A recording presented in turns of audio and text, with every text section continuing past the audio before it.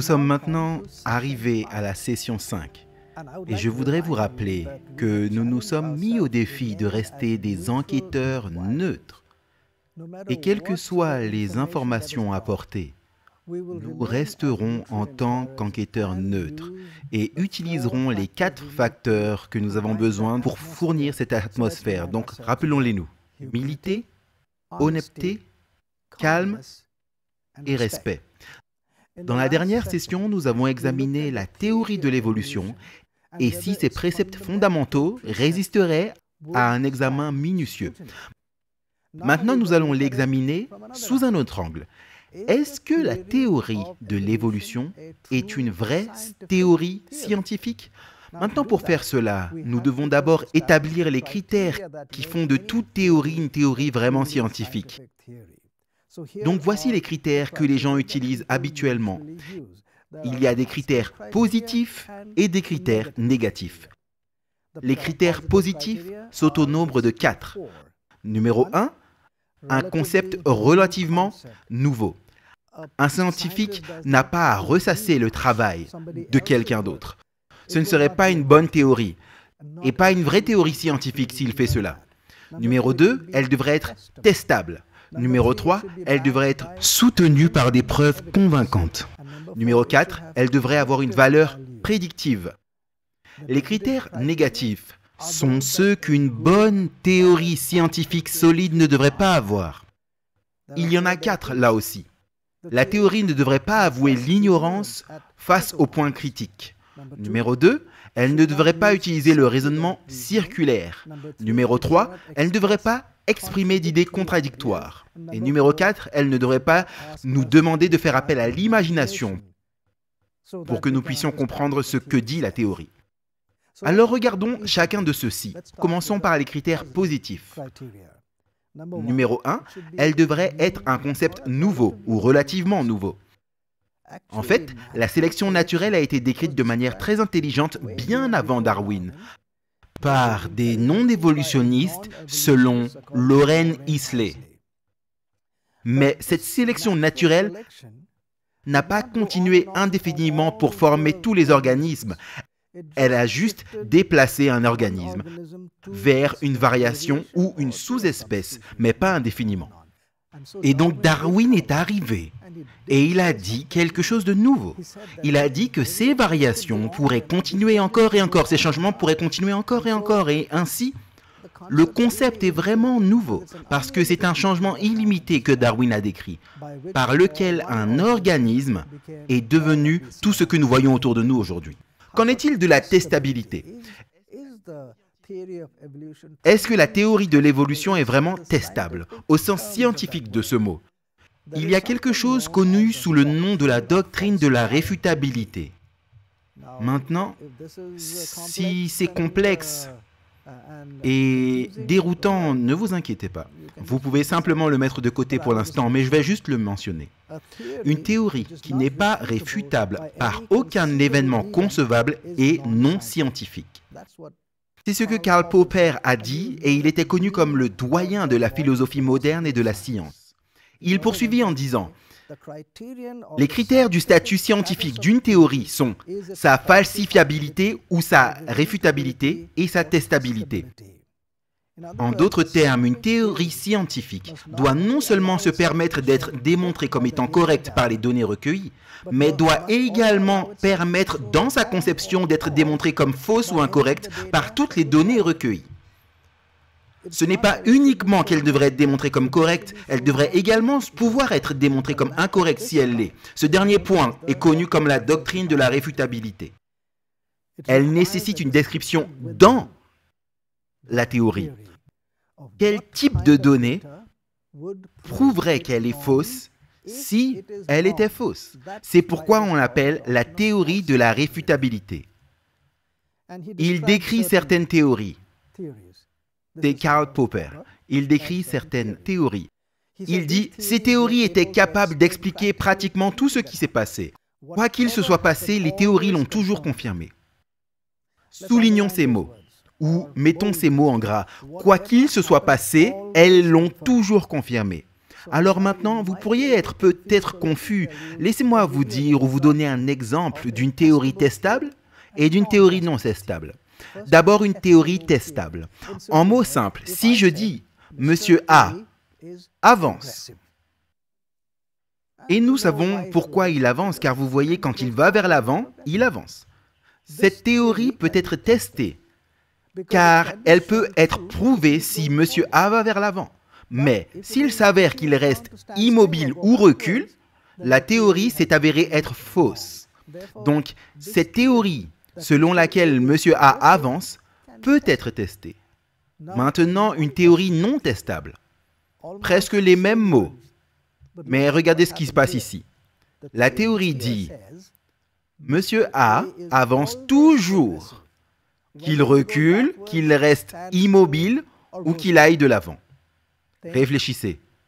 Cette théorie ne peut pas être testée, car elle ne peut pas être démontrée comme étant fausse par aucune donnée imaginable. Que Monsieur A aille vers l'avant, recule ou reste immobile, il avance toujours. Mais qu'en est-il s'il n'avance pas? Nous ne pouvons pas le démontrer. Par conséquent, ceci n'est pas testable. Et une théorie qui se révèle non testable n'est pas une théorie scientifique. Maintenant, avec cette idée en tête, regardons ce que certains des évolutionnistes ont dit à propos de leur propre théorie. Et voici Paul Ehrlich et Elsie Birch, deux évolutionnistes. Regardez leur confession. Notre théorie de l'évolution est devenue une théorie qui ne peut pas être réfutée par aucune observation possible. Chaque observation concevable peut y être intégrée. Personne ne peut penser à des moyens de la tester. Elles sont devenues une partie d'un dogme évolutionniste accepté par la plupart d'entre nous comme une partie de notre formation. Donc, la théorie de l'évolution n'est pas scientifique, d'après cela, car elle n'est pas testable d'une manière majeure. En d'autres termes, il convient que c'est un dogme qui ne répond pas à la doctrine de la réfutabilité. Qu'est-ce qu'un dogme? C'est une doctrine ou une déclaration qui ne nécessite aucune preuve pour son soutien et ne tolérera aucun degré de remise en question, examen ou contestation. Suivant, des données convaincantes. Une bonne théorie devrait avoir suffisamment de données convaincantes. Mais regardez ces deux déclarations, l'une de feu Stephen Gould. Il était professeur de paléontologie à l'université d'Harvard. Et après avoir examiné les informations dont nous disposons par rapport à ce que nous aurions dû avoir, voici ce qu'il dit. Nous nous considérons comme les seuls vrais étudiants de l'histoire de la vie, encore à préserver notre récit préféré de l'évolution par la sélection naturelle. Cependant, nous considérons nos données comme si mauvaises que nous n'examinons jamais le processus même que nous prétendons étudier. Que diriez-vous d'une autre citation? Écoutez cette déclaration. Lorsque nous descendons dans les détails, nous ne pouvons pas prouver qu'une seule espèce ait changé, ni ne pouvons prouver que le supposé changement soit bénéfique, ce qui est le fondement de la théorie. Savez-vous qui a dit ces mots? Réfléchissez. Charles Darwin lui-même. Vraiment, qu'en est-il de cette théorie maintenant? Nous ne pouvons même pas prouver qu'une espèce ait changé. Et qu'en est-il de la classification entière des espèces? Genre, famille, ordre, classe, phylum et royaume, domaine. L'évolution nécessite des formes intermédiaires, a déclaré David Keats, entre les espèces. Et la paléontologie ne les fournit pas. Nous n'avons donc pas de données. Qu'en est-il des mots de Philip Handler? Quelques 25 embranchements majeurs sont reconnus pour tous les animaux, et dans pratiquement aucun cas n'y a-t-il des preuves fossiles pour démontrer à quoi ressemblait l'ascendance commune de deux lignées. En d'autres termes, nous avons ces phylums, ces lignées, mais nous ne savons pas ce qui a été avant et qui a donné ces lignées. Les archives fossiles connues ne parviennent pas à documenter un seul exemple d'évolution phylétique accomplissant une transition morphologique majeure. Que diriez-vous de cette autre déclaration de Stephen Gould? Dans n'importe quelle zone locale, une espèce n'apparaît pas progressivement par une transformation constante de ses ancêtres, mais elle apparaît d'un coup et complètement formée. Alors qu'en est-il de ces petits changements qui l'ont amené à sa position? Nous n'avons pas de données à ce sujet. Donc la démonstration du changement d'une espèce à l'autre, qui s'appelle la généalogie, parent-fille, nécessiterait une chaîne fluide d'intermédiaires, reliant les uns aux autres. En voici un, et par tant de petits changements, le suivant a changé un peu plus, et un peu plus encore, et tant de générations plus tard, eh bien ce dernier avait assez changé pour que nous l'appelions une autre espèce. Nous avons 250 000 espèces de fossiles dans tous les musées du monde.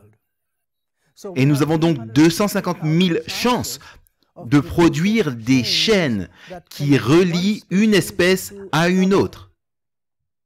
Combien de chaînes devrions-nous avoir pour nous assurer que notre théorie est vraiment une théorie scientifique solide, à partir de 250 000 chances? Combien de chaînes fluides avons-nous? Vous savez? Pas une seule. Personne ne sait mieux que Darwin ce qu'il n'a pas réussi à prouver. George Lewin dans l'introduction du livre Origine des espèces. Il n'y a pas de réfutation plus concluante du darwinisme que celle fournie par la paléontologie ou les archives fossiles. Pourquoi? C'est ce que dit Oswald Spengler. Nous trouvons des formes parfaitement stables et inchangées qui apparaissent soudainement et d'un coup dans leur forme définitive sans transition de type. Ce n'est pas ce que nous aurions dû trouver, selon la théorie. Alors arrive ce qu'on appelle l'explosion cambrienne. Vous voyez, les archives géologiques vont d'une couche à l'autre et à l'autre. Dans ces couches, nous trouvons des fossiles qui progressent des formes les plus simples aux plus complexes, et enfin nous avons des humains. C'est comme ça que ça s'est passé. L'explosion cambrienne décrit un certain niveau dans lequel le niveau précédent avait de petits organismes très simples, pas des parties du corps complexes. Mais soudainement, à la toute prochaine strate de la colonne géologique, nous trouvons beaucoup d'organismes au niveau du phylum.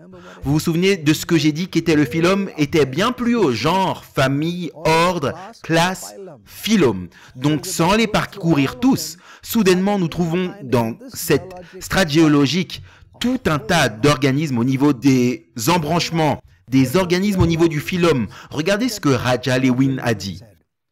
Par rapport à une trentaine de phylums existants, ce qui signifie ce que nous avons ici, certaines personnes estiment que l'explosion cambrienne pourrait en avoir généré jusqu'à 100. On passe de quelques-uns à 100. Et rappelez-vous de ce que nous avons dit à propos de la classification. Regardez ça. Espèce, genre, famille, ordre, classe, puis phylum. Les organismes au niveau du phylum dans l'explosion cambrienne sont sortis de nulle part. Plus encore, aucun nouveau phylum ne s'est jamais développé après l'explosion cambrienne qui était censée s'être produite il y a plus de 500 millions d'années. Donc Paul Chim dit, plus d'embranchements au tout début que ceux qui existent maintenant? Tout cela s'avère être inversé. Qu'en est-il des caractéristiques des données réelles? Des changements génétiques sont supposés provoquer l'évolution. Mais les mutations mortelles qui sont des changements génétiques sont plus nombreuses que les mutations ordinaires, les visibles. Par 20 pour 1. Donc à chaque fois que vous avez une bonne mutation, vous avez 20 mauvaises mutations. Alors, dans quelle direction allons-nous? Voici ce que disait Heribert Nilsson. Il est donc absolument impossible de construire l'évolution actuelle sur des mutations ou des changements génétiques, ou sur des recombinaisons qui sont des changements génétiques aussi. Qu'en est-il de la question de ces changements génétiques qui sont très petits? Par cette théorie des petits changements, d'innombrables formes de transition doivent avoir existé. Charles Darwin disait le nombre d'intermédiaires doit être vraiment énorme.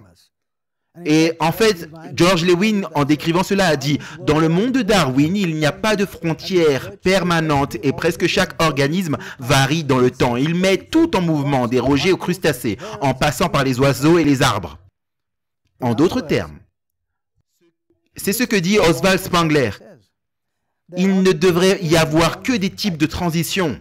Voilà pourquoi il a fait cette déclaration précédente. Il n'y a pas de réfutation plus convaincante du darwinisme que celle fournie par la paléontologie. Il ne devrait y avoir que des types de transition. Sans définition, pas d'espèce. Au lieu de cela, nous trouvons des formes parfaitement stables qui apparaissent soudainement et d'un coup dans leur forme définitive et n'évoluent pas par la suite vers une meilleure adaptation. Qu'en est-il des vrais morceaux d'informations que nous avons maintenant? La mouche de fruits, dont la géographie biotypique et le génotype urbain et rural sont maintenant connus entièrement, semble ne pas avoir changé depuis les temps les plus reculés. Les sélacantes, un type de poisson, ont subi peu de changements en 300 millions d'années. Paradoxalement, dit Richard Goldsmith, tous les ordres ou familles connues apparaissent soudainement et sans transition apparente. De nouvelles espèces sont presque toujours apparues soudainement sans lien avec leurs ancêtres. Donc, la soudaineté ne correspond pas à l'image graduelle qu'elle est censée avoir montrée.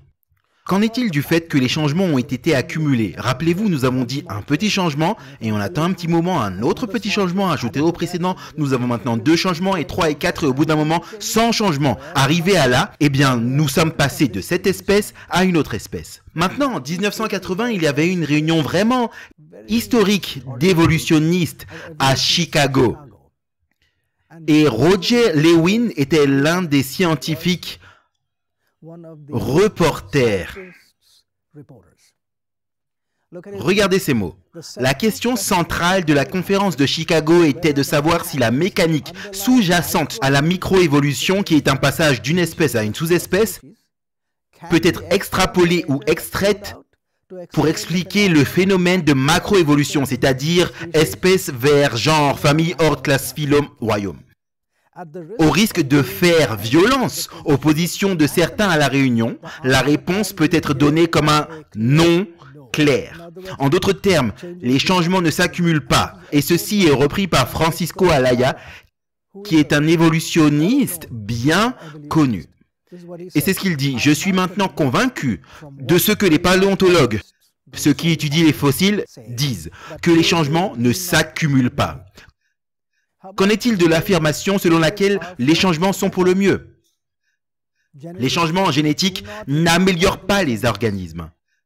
Les mutants ou ceux qui ont eu des changements sont délétères à leurs porteurs. En d'autres termes, ces changements affectent négativement. C'est ce que la déclaration suivante dit. Les mutations ou les changements génétiques affectent invariablement de manière défavorable. Et Pierre-Paul Grassi dit que les mutations ne produisent aucune sorte d'évolution. Donc, en ce qui concerne les faits, en ce qui concerne les données, nous avons du mal. Qu'en est-il de savoir s'il existe une valeur prédictive? Voici une prédiction faite par Charles Darwin. Aucun organisme entièrement mou ne peut être préservé. Mais qu'est-ce que les observations montrent? Voici une déclaration récente par Hagedorn. Des milliers de méduses, des corps totalement mous, plusieurs plus grosses qu'une assiette, sont retrouvées dans au moins 7 horizons différents de roches. Et donc David Robb, le doyen du musée d'histoire naturelle de Chicago, dit que la puissance prédictive ou post-dictive de la théorie est presque nulle. Waouh! On dirait que les critères positifs n'ont pas été remplis. Qu'en est-il des critères négatifs? Ignorance? Aucune bonne théorie scientifique ne devrait dire « je ne sais pas ». Mais regardez les propres mots de Charles Darwin. Notre profonde ignorance, dit-il. Nous ne savons rien de l'origine de l'histoire d'aucune de nos races domestiques. Et pourtant, c'est la base de ce qui lui a fourni la théorie de l'évolution. Quand il a regardé les races domestiques, et pourtant, il dit que nous n'en savons rien. Que dire de sa prochaine déclaration? Les vertébrés sont descendus d'un ancien prototype dont nous ne savons rien. Alors comment savons-nous que nous venons de là, si nous ne savons rien de tout cela? Errol White dit ceci. Les longs poissons ont leur origine fermement basée sur rien. J'ai souvent pensé combien j'aurais peu aimé avoir à prouver l'évolution organique devant un tribunal. Et il est le président de la Société linnéenne de Londres. C'est une grande société évolutionniste. Le raisonnement circulaire. Qu'est-ce que le raisonnement circulaire? Par exemple, je te dis la vérité. Et quand tu me demandes « Comment est-ce que je sais que c'est la vérité que tu me dis ?» Ma réponse est « Parce que je te le dis ». En d'autres termes, le lieu de l'information est aussi le lieu de la confirmation de l'information, ce qui est un raisonnement circulaire. Regardez cette déclaration de Charles Darwin. Sur la base de la théorie de la sélection naturelle, toutes les espèces vivantes ont été connectées avec les espèces parents de chaque genre.